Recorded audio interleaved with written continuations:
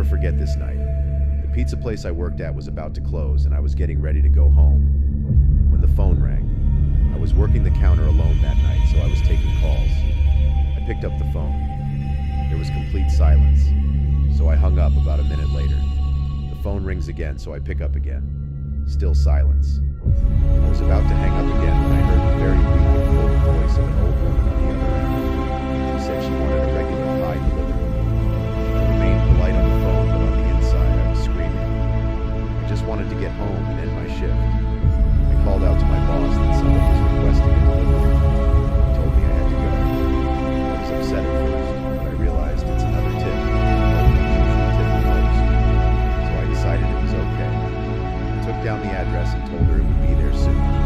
She had already hung up. I thought that was rude, but I ignored it and yelled to the chef that I needed him. Regular, my boss told me to just go home after the delivery as the place would be closed. So a little before 10 o'clock, I got in my car and put the address into my GPS.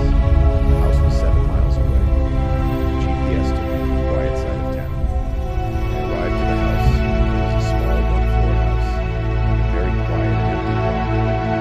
I took the pizza and walked up to the door and rang the doorbell.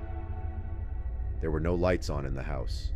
I hoped that she hadn't given me the wrong address. I ring the doorbell again. There was still no answer.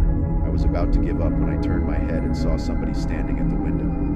I got a little freaked out and backed up at first, but I eventually got closer to the window to see the person. It was an old woman, probably in her late 70s. She was just staring at me with a blank expression. I yelled to her through the gliss that I had her pizza. She didn't react to what I said, so I screamed it louder. A big smile ran across her face. Not a pleasant, genuine smile.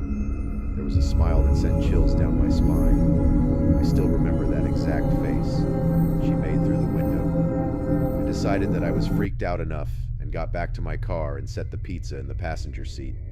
I had to text my boss about this.